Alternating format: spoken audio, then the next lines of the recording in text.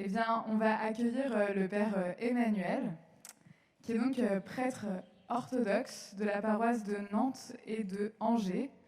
Donc, on a eu la chance de le rencontrer via une évangélique, comme ça, hein.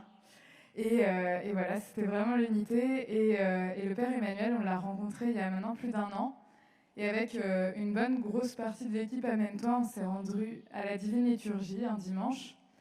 Et on a été vraiment accueillis comme si on était de la famille.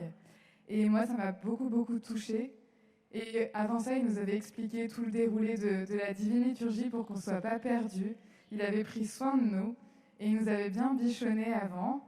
Et puis ensuite, il nous a accueillis comme si on était de la famille. Et en tout cas, pour nous, ça nous a beaucoup touchés. Et c'est ça, l'unité, c'était évangélique, catholique, rendu à la Divine Liturgie chez les orthodoxes. Et ensuite, on a partagé un repas très fraternel et on s'est vraiment sentis en famille. Et donc, je suis très heureuse de pouvoir l'accueillir ici, euh, au Festival Amène-toi. Père Emmanuel, je te laisse la parole. Merci Jules. Je vais le mettre là.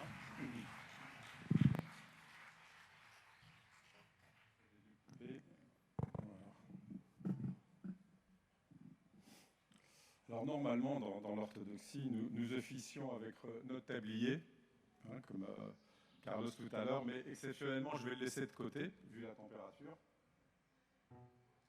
Voilà. Alors tout d'abord, je voulais vous dire que je suis vraiment très, très, très heureux de pouvoir venir aujourd'hui participer comme ça à l'unité. La division des églises est un scandale.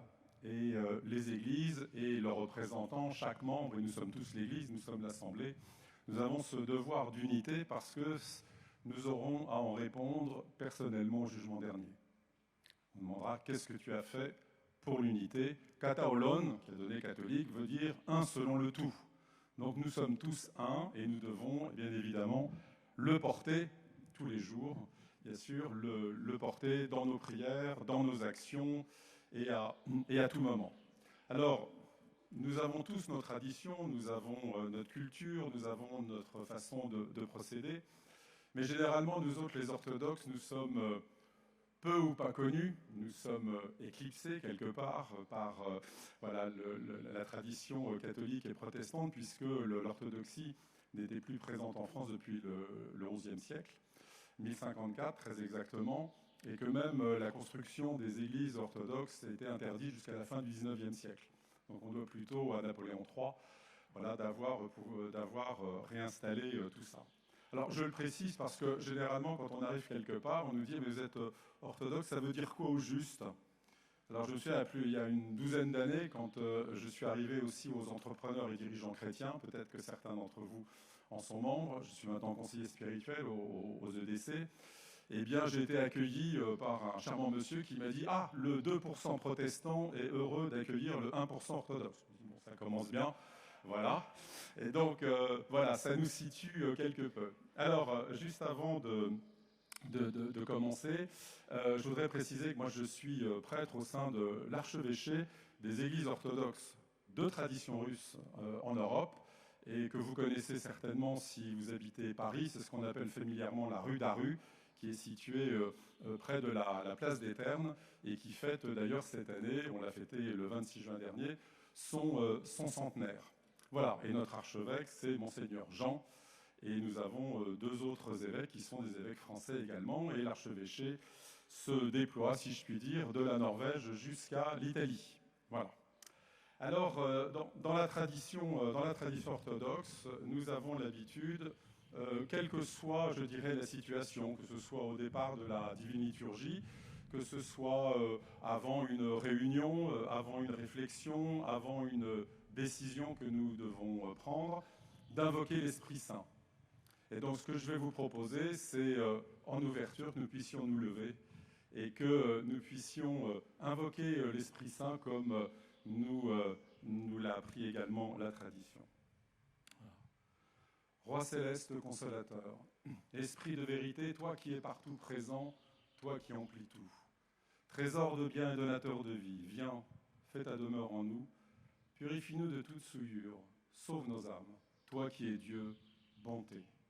Amen.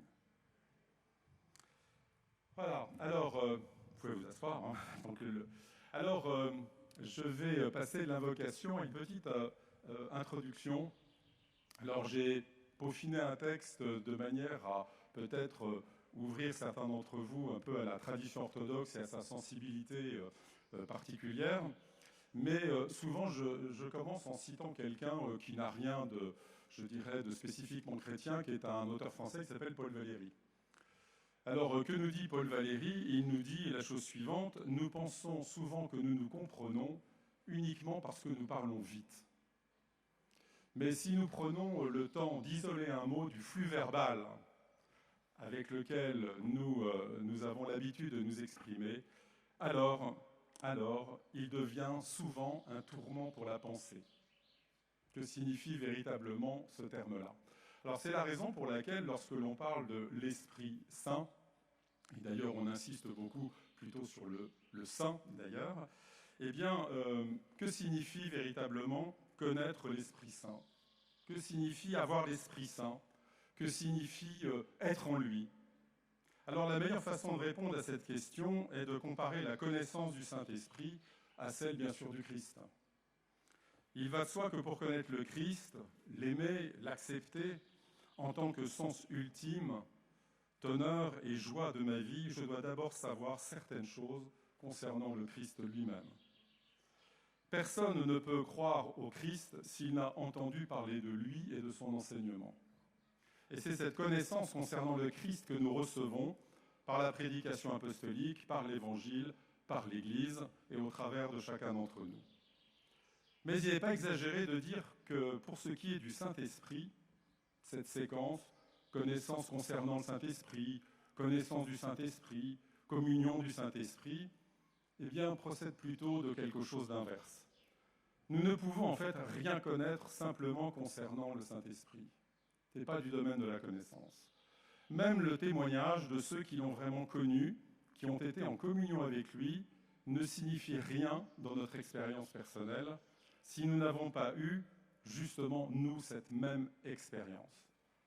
Vous savez, nous insistons beaucoup sur le fait que ce qui est en jeu pour le chrétien, c'est la relation. Ça n'est pas sur le plan de la pensée, ça n'est pas sur le plan de l'intellectualisation des choses, c'est sur le plan de la relation. C'est la réponse, c'est la question du Christ, m'aimes-tu? Est-ce que nous entrons dans la relation ou est-ce que nous ne sommes pas dans la relation? Si nous entrons dans la relation, nous sommes dans la vie. Si nous n'entrons pas dans la relation, nous sommes hors de la vie. Que peuvent en effet signifier les mots qui, dans la prière eucharistique de Saint Basile que nous pratiquons, Saint Jean Chrysostome, Saint Basile, désignent le Saint-Esprit? Qui peut comprendre ces termes? Le don d'adoption, la promesse de l'héritage à venir, les prémices des biens éternels, la force vivifiante, la source de sanctification. Qu'est-ce que ça signifie véritablement pour chacun d'entre nous? Alors, quand un ami a demandé un jour à saint Séraphin de Sarov, alors saint Séraphin de Sarov est un grand saint russe qui est souvent cité et qui est connu également au travers des écrits qui ont été faits sur lui, et notamment d'une expérience particulière que je vais vous conter ici, avec une personne qui s'appelle Motovilov, et qui un jour le rencontrait et le questionnait sans cesse sur le Saint-Esprit. Et il lui disait, mais qu'est-ce que c'est que le Saint-Esprit? Qui est le Saint-Esprit? On doit plutôt dire qui que quoi. Qui est le Saint-Esprit? Et saint Séraphin de Sarov lui a donné une réponse, puis une deuxième réponse, puis une troisième réponse. Et Motovilov continue en disant, mais oui, d'accord, mais qui est le Saint-Esprit? Alors qu'a fait Séraphin de Sarov? Il a saisi Motovilov par les deux épaules, il l'a secoué et il lui a dit « Regarde-moi ». Et Motovilov lui a dit « Mais je ne peux pas, Père, car je vois la lumière dans tes yeux et je vois comme les éclairs autour de ta tête. » Et il lui a répondu « Si tu les vois autour de ma tête, c'est parce que tu les portes aussi en toi, parce que sinon, tu ne les verrais pas. » L'expérience, c'est ça qu'il lui a proposé, c'est cette expérience de la relation directe avec le Saint-Esprit qui nous est donc une expérience totalement personnelle. Tout cela signifie que nous connaissons le Saint-Esprit par sa présence en nous. Sa présence qui se manifeste principalement par une joie, une paix, une plénitude ineffable. Même dans le langage ordinaire, ces mots, joie, paix, solitude, impliquent quelque chose qui est justement un peu ineffable, mais qui représente quelque chose au-delà du mot lui-même, des définitions, des descriptions. Il se rapporte à ces moments de la vie où la vie est pleine justement de la vie, où il n'y a ni manque. Et s'il n'y a pas de manque, il n'y a pas de désir de quoi que ce soit. Et il peut y avoir toujours le désir de la relation avec celui qui est la vie. Il n'y a plus ni angoisse, ni crainte, ni frustration. L'homme parle toujours de bonheur, et en vérité, la vie, pour beaucoup, est une quête de bonheur, l'aspiration au vrai bonheur. Et comme ce bonheur ne résulte pas d'une cause identifiable extérieure, ce qui est le cas du pauvre et fragile bonheur ordinaire que nous connaissons, qui disparaît quand disparaît la cause qui l'a produit, comme il ne résulte rien qui soit de ce monde, et pourtant se traduit par de la joie au sujet de toute chose. Ce bonheur-là doit être le fruit en nous de la venue, de la présence, du séjour de quelqu'un qui lui-même est la vie, de quelqu'un qui est lui-même la joie, qui est quelqu'un qui est lui-même la paix, qui est lui-même la beauté, qui est lui-même la plénitude, qui est lui-même la félicité. Ce quelqu'un, c'est l'Esprit Saint. Dans la tradition orthodoxe, il n'y a pas d'icône de lui. Il n'y a aucune représentation de l'Esprit Saint pour une seule et unique raison, c'est que l'Esprit Saint n'est pas fait de chair. Il ne s'est pas fait homme. Et pourtant, quand il vient et qu'il est présent en nous, tout devient son icône, tout devient sa révélation, tout devient communion avec lui, connaissance de lui. C'est lui qui fait que la vie est la vie, que la joie est la joie, que l'amour est l'amour et la beauté est la beauté, et qui par conséquent lui-même, il est la vie de la vie. Il est l'amour de l'amour, la beauté de la beauté, qui étant au-dessus et au-delà de toute chose, fait de l'ensemble de la création le symbole, le sacrement, l'expérience même de sa présence et de la rencontre de l'homme avec Dieu et sa communion avec lui. Il n'est pas à part, il n'est pas ailleurs, parce que c'est lui qui sanctifie toute chose, mais il se révèle lui-même dans cette sanctification comme étant au-delà du monde, au-delà de tout ce qui existe. Grâce à la sanctification, nous le connaissons vraiment, lui, et non un divin et impersonnel, ceci ou cela, bien que les mots humains ne puissent pas définir, et donc isoler sous forme d'objet, celui dans la révélation même, en tant que personne, et qu'il révèle chacun et toute chose comme unique et comme personnel, comme sujet et non comme objet, et qui transforme toute chose en une rencontre personnelle avec le divin ineffable, c'est Dieu qui nous tutoie par l'Esprit Saint. Le Christ a promis que le couronnement de son œuvre de salut serait la descente, la venue du Saint-Esprit. Le Christ est venu pour rétablir en nous la vie que nous avons perdue dans le péché, pour nous donner de nouveau la vie en abondance. C'est Jean chapitre 10. Et le contenu de cette vie, et donc du royaume de Dieu, est le Saint-Esprit. Quand il vient, le dernier et grand jour de la Pentecôte, c'est la vie en abondance et le royaume de Dieu qui sont vraiment inaugurés, c'est-à-dire qui nous sont manifestés à nouveau et communiqués.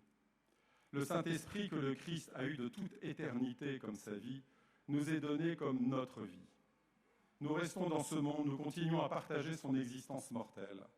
Pourtant, parce que nous avons reçu le Saint-Esprit, notre vraie vie est cachée avec le Christ en Dieu.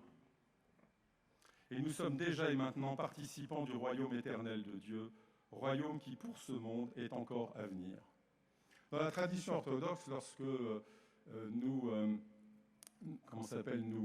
baptisons quelqu'un, dans le même sacrement, si vous voulez, nous faisons à la fois le baptême. Il y a également ce qu'on appelle la chrismation, qui est la confirmation pour les catholiques, et qui donne accès à la Sainte Communion à celui qui vient d'être baptisé et chrismé. Car on n'est jamais, pour nous, à demi-chrétien. Celui qui est baptisé, c'est celui qui a revêtu le Christ. Et parce qu'il a revêtu le Christ, il a revêtu avec lui la vie de l'Esprit Saint. Il peut donc avoir accès à l'Eucharistie, et il est donc, comme on dit, légitime, fils et fille de lumière. Tel est le don. Nous comprenons maintenant pourquoi lorsque vient le Saint-Esprit, nous unit au Christ, nous fait entrer dans le corps même du Christ, fait de nous des participants de la royauté, de la prêtrise, de la prophétie du Christ. Il ne s'agit pas de faire comme le Christ, il s'agit de le faire naître en nous et de le devenir. C'est ce que nous rappellent les pères de l'Église. Faire naître le Christ en nous et le devenir, ce que la très sainte Mère de Dieu, la Vierge Marie, a accompli et sur le plan terrestre et sur le plan spirituel. C'est pour ça qu'elle est l'Église. Le Saint-Esprit est la vie de Dieu, vraiment la vie du Christ. Il est de manière unique son esprit. Le Christ, en nous donnant sa vie, nous donne le Saint-Esprit. Et le Saint-Esprit, en descendant sur nous et en demeurant en nous, nous donne celui dont il est la vie. Voilà, tel est le don du Saint-Esprit, la signification de notre Pentecôte personnelle. Dans le sacrement de la Sainte Onction, il nous scelle, c'est-à-dire fait, révèle, confirme, nous confirme, membres de l'Église, corps du Christ, citoyens du royaume de Dieu, participants du Saint-Esprit. Comme je le dirai tout à l'heure, et ça a été repris par de nombreux pères dans l'orthodoxie, Dieu s'est fait homme pour que l'homme devienne Dieu. Et nous ne pouvons être réunis à Dieu que si nous devenons des dieux par le Christ rempli de l'Esprit Saint. C'est notre destin. On peut le dire avec joie, hein. C'est notre destin. Il nous donne vraiment notre propre identité. Il nous demande qui nous sommes et nous aurons à rendre compte de qui nous sommes, car toute relation au Père est une relation personnelle. Et par ce sceau, il nous donne vraiment notre propre identité, ordonne chacun de nous pour que nous soyons ce que Dieu de toute éternité veut que nous soyons, et révélant notre véritable personnalité et donc notre unique accomplissement. Le don est accordé pleinement, en abondance, à profusion. Dieu donne l'Esprit sans mesure, c'est Jean chapitre 3, verset 34. De sa plénitude, tous nous avons reçu, et grâce sur grâce, toujours Jean chapitre 1, verset 16. Maintenant, nous devons nous l'approprier. Nous devons nous l'approprier, le recevoir vraiment, le faire nôtre, c'est le but de la vie chrétienne. Et comme le disait saint Séraphin de Sarov, que je citais tout à l'heure, le but de la vie chrétienne, c'est l'acquisition sans fin de l'Esprit Saint, de commencement en commencement qui n'auront pas de fin. Nous disons vie chrétienne et nous n'employons pas le mot spiritualité parce que ce dernier mot est devenu aujourd'hui ambigu, parfois trompeur. La spiritualité a des facettes multiples et a beaucoup aussi de gourous. Pour beaucoup, il implique une activité parfois mystérieuse, autonome, qu'il est possible de percer par l'étude de certaines techniques. On parle aussi de spiritualité laïque. D'ailleurs, le mot laïque est un mot qui s'est étrangement dérivé en France. Laïque, c'est laïos, c'est le peuple. Nous sommes le peuple et nous sommes peut-être même le peuple élu. Et donc laïque ne veut pas dire athée, ne veut pas dire agnostique. L'Église est composée laïos. Ceux qui ont la chance de s'appeler Nicolas, ça veut dire la victoire du peuple. Et donc, voilà, donc nous sommes le peuple élu, nous sommes le peuple qui a sa vie en Christ, mais nous sommes laïos. C'est le peuple qui est sacerdotal. Nous avons les uns et les autres, pour certains d'entre nous, un ministère. Mais nous sommes là pour faire un lien. Mais c'est le peuple qui est sacerdotal. Nous sommes tous rois, prophètes et prêtres.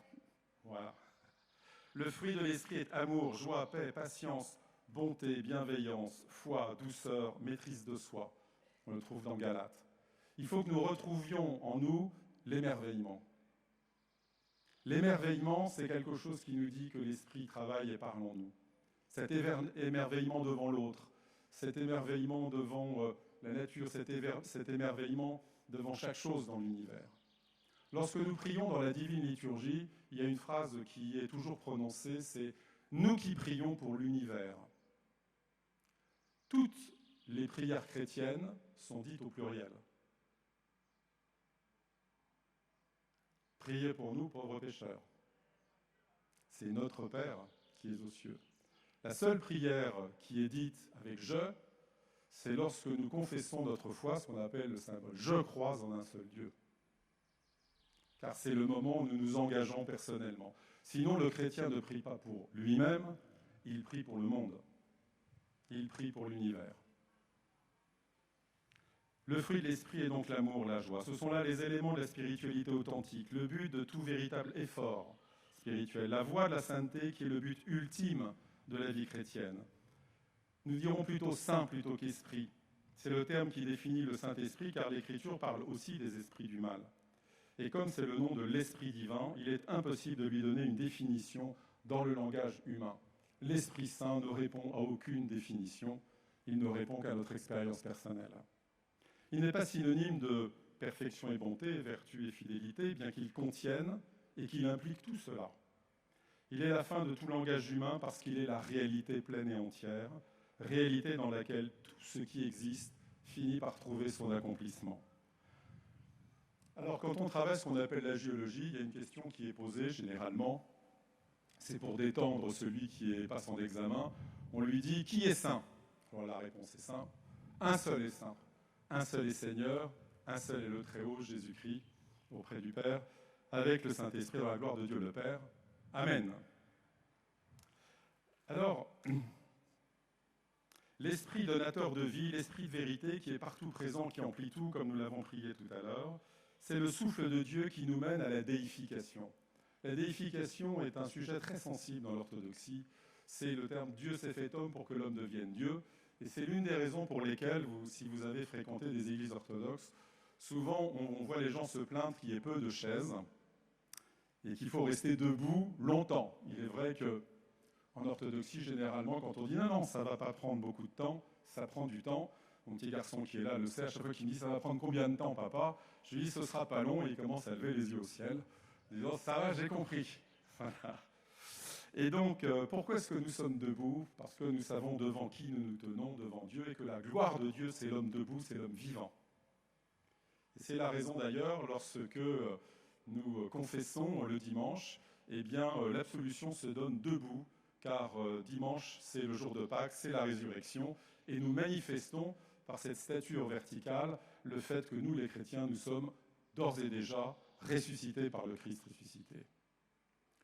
La notion de déification qui traverse toute la tradition orthodoxe a été développée notamment par saint Athanase au IVe siècle, et elle s'est épanouie dans la théologie de saint Grégoire Palamas au XIVe. Je les cite parce que souvent ils sont moins connus dans le monde catholique et protestant, mais c'est une invitation pour vous à pouvoir les lire. Au tout début de sa deuxième épître, saint Pierre nous dit « À vous, grâce et paix en abondance par la connaissance de notre Seigneur, car sa divine puissance nous a donné tout ce qui concerne la vie et la piété. Elle nous a fait connaître celui qui nous a appelés par sa propre gloire et vertu. Par elle, les précieuses, les plus grandes promesses nous ont été données, afin que vous deveniez ainsi participants de la nature divine, vous étant arrachés à la corruption qui est dans le monde et dans la convoitise. » Saint Athanase nous rappelle que le Fils unique et Verbe de Dieu s'est fait chair pour s'unir à la nature humaine, comme le feu s'unit au charbon ou comme le feu embrase le fer. Il permet à cette nature humaine d'être embrasée par la divinité, d'être déifiée, de participer à la nature divine. Voilà le but de l'incarnation, mystère du Créateur entrant dans sa création. Saint Athanase a donc résumé cela par « Dieu s'est fait homme pour que l'homme devienne Dieu ». Cela nous donne tout le sens, tout le but de la vie humaine. Ce qui s'est déjà réalisé d'une façon parfaite en la personne de Jésus, le Christ, le Dieu qui s'unit à notre nature humaine, peut et doit se réaliser en chacun de nous par le don du Saint-Esprit, reposant dans le Christ qui, lui, le redonne à ses fidèles. C'est lui qui transmet cette union de l'humain et du divin, qui s'est réalisé en lui et qui est la raison d'être de l'homme dans le monde, de l'homme anthropos. Dieu n'a pas créé l'homme pour qu'il soit jeté dans la fosse. Dieu a créé l'homme pour qu'il participe à sa nature. C'est ce que saint Athanase appelle en grec la théosis ou déification, et le mot reviendra dans toute la tradition des pères de l'Église jusqu'à nos jours. Le Verbe divin s'est véritablement uni à la nature humaine en Jésus-Christ, en son unique personne. La nature divine et la nature humaine sont unies, sans aucune confusion, mais sans aucune séparation, comme le dit le texte du 4e Concile œcuménique. En Jésus-Christ, l'humain est donc vraiment assumé en totalité par la personne divine. Il faut aller jusqu'au bout, pour chacun d'entre nous, de cette réalité de l'incarnation. Dieu se fait homme, il assume la totalité de la nature de l'homme, corps, âme et volonté en Jésus-Christ. Mais pourquoi? Pour sauver l'homme, c'est-à-dire que tout ce qui s'est réalisé en lui par le don de son Saint-Esprit se réalise aussi en nous. L'incarnation a une raison d'être, c'est tout simplement le salut de l'homme. Et qu'est-ce que le salut de l'homme, sinon de le ramener en union parfaite avec Dieu? C'est la vie en Christ, afin que, comme on le rappelait aussi tout à l'heure, afin que vous soyez en moi et moi en vous, comme moi dans mon Père et le Père en moi. C'est-à-dire qu'il s'agit vraiment d'une union intime entre l'humanité, entre l'homme, entre chacun d'entre nous et Dieu, membres d'un même corps, sarment d'une même vigne, afin que nous soyons un en Christ. Lors du baptême, nous disons à 3 reprises « Te joins-tu au Christ ?»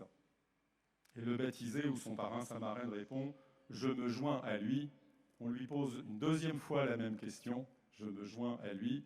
Et ensuite, on lui dit « T'es-tu joint au Christ ?» Et il répond « Je me suis joint au Christ ».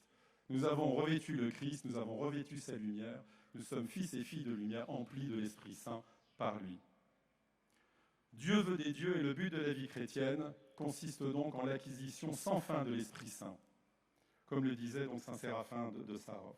Oui, c'est l'Esprit de vérité qui enflamme tout notre être et qui fait naître le Christ en nous. C'est ça ce que l'on appelle la deuxième naissance, la seconde naissance. Alors, bien sûr, il est évident que la créature demeure créature et le créateur demeure créateur. Joanie Chantal qui me regarde en me disant « Je t'ai montré 5 minutes tout à l'heure, il en reste 3, mais Carlos, tout à l'heure, tu lui as montré 5 minutes, il en a pris 15 ans. » J'ai noté, j'ai enclenché mon chronomètre, donc j'ai un tout petit peu de rab. Merci, Carlos. Merci. Voilà. Amen. Voilà. Les adversaires de saint Grégoire Palamas, qui disaient justement que Dieu s'est fait homme pour que l'homme devienne Dieu, il lui disait « Mais Dieu est inaccessible, et entre le Créateur et la créature, il y a et il y aura toujours un abîme. » La théologie thomiste disait que la grâce était un effet créé par Dieu dans l'homme. Et Grégoire Palamas a répondu « Mais non, lorsque vous êtes exposé aux rayons, à la chaleur du soleil, vous participez à la nature même du soleil. Certes, vous n'atteignez pas, vous ne serez pas ce soleil. Le rayonnement du soleil, les énergies du soleil ne sont pas un effet créé par Dieu en vous. C'est vous qui y participez. Par l'Esprit Saint, l'énergie divine, nous entrons en contact réel avec Dieu. Tout est là. La grâce n'est pas quelque chose que Dieu fait en nous, mais elle est une véritable participation, non pas à l'essence de Dieu qui demeure inaccessible, mais à l'énergie incréée de Dieu, au rayonnement de Dieu qui nous fait entrer dans une relation réelle avec lui. C'est le fondement de ce que saint Paul appelle la vie en Christ, lorsqu'il dit « Ce n'est plus moi qui vis, c'est le Christ qui vit en moi ». Par conséquent, le but de toute vie chrétienne n'est pas simplement une obéissance au commandement, comme on le voit avec Nicodème. Ce n'est pas simplement un pardon par grâce de nos péchés, mais c'est vraiment un acte divin. Un acte divin, pas humain. Nous intégrons à la personne même du Dieu fait homme, nous greffons sur le Christ, devenons une même plante avec le Christ par la foi et le baptême, par un acte de Dieu, par le rayonnement de l'énergie divine. Nous n'avons plus qu'à accueillir le rayonnement de l'Esprit. Il y a plus qu'un dialogue entre Dieu et l'homme. Le Saint-Esprit entre en nous et notre corps devient, nous dit saint Paul, le temple du Saint-Esprit. Le corps de l'homme est sacré. Il vient habiter en nous et lorsque nous communions, nous devenons une même chair avec la chair de Dieu. Ce qui est merveilleux, c'est que nous restons en même temps nous-mêmes. Dieu se propose toujours et ne s'impose jamais. Il nous imprègne, il nous éclaire, il nous aide à nous transformer. Il nous transfigure par son esprit, il veut que nous soyons nous pleinement et donc nous saintement. Alors j'aime prendre souvent pour image le vitrail en comparaison de chacun d'entre nous, l'être humain. L'homme vitrail, avant l'incarnation du Verbe, n'irradie presque rien parce qu'il n'est pas éclairé. Et puis la lumière divine vient traverser le vitrail, il vient l'éclairer, l'illuminer de l'intérieur. Et la lumière alors de l'homme se projette au travers de lui. La lumière ne détruit pas le vitrail, elle le transfigure, autant que celui-ci désire la laisser passer. Nous, chrétiens, nous sommes les passeurs de lumière. C'est le terme qui était employé au Moyen-Âge pour ceux qui fabriquaient les vitraux. Mais nous sommes les passeurs de lumière, tel était donc le nom donné au maître verrier. La gloire est à Dieu ce que la lumière est au soleil. C'est le Saint-Esprit, c'est le rayonnement de Dieu arrivant jusqu'à nous. C'est ce que Moïse a vu dans le buisson ardent, c'est ce que Pierre, Jacques et Jean ont vu lors de la transfiguration.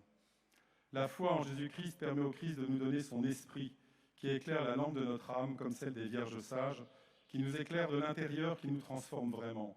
C'est la Renaissance. Quand nous communions, c'est aussi le moment où tout cela se réalise. C'est le moment où l'incarnation du Verbe devient actuelle pour chacun d'entre nous. Nous ne célébrons pas quelque chose lors de la liturgie, nous réactualisons ce qui est déjà là. Quand nous communions, nous sommes vraiment unis, une seule chair avec la chair de Dieu par la foi. Quand l'homme devient le temple du Saint-Esprit, il est changé par cette présence, il retrouve alors sa vraie nature. Tant qu'il y a des péchés, il y a des recoins. Mais le but, c'est qu'il n'y ait plus de recoins, c'est que tout soit éclairé, que le péché ne vienne pas oblitérer la présence de Dieu et que la foi, les baptêmes d'eau et le baptême du feu renouvellent l'homme. Le but de notre vie chrétienne n'est pas réservé à une élite, ni une élite de mystiques ou de sachants. Tout cela n'a aucune importance. Ce but est bel et bien que le Christ vive en chacun d'entre nous. Ce que nous vivons le dimanche matin, quand nous communions, quand le Christ entre en nous, nous avons une certaine peine à continuer à le vivre chaque instant de la semaine. Mais enfin là, au moment de la communion, pendant un éclair tout de même, nous reprenons conscience qu'il est vraiment en nous. Nous réactualisons sa présence. Il y a vraiment l'union conjugale entre le Christ, entre l'époux et nous-mêmes. Alors, comme les pèlerins d'Emmaüs avec le Christ comme berger qui nous précède et l'Esprit Saint qui nous joint à lui, nous sommes en chemin. Nous avons déjà l'avant-goût, le parfum, l'effluve de l'amour infini qui nous attend. Gloire soit rendue à notre grand Dieu qui vit et règne pour les siècles. Amen.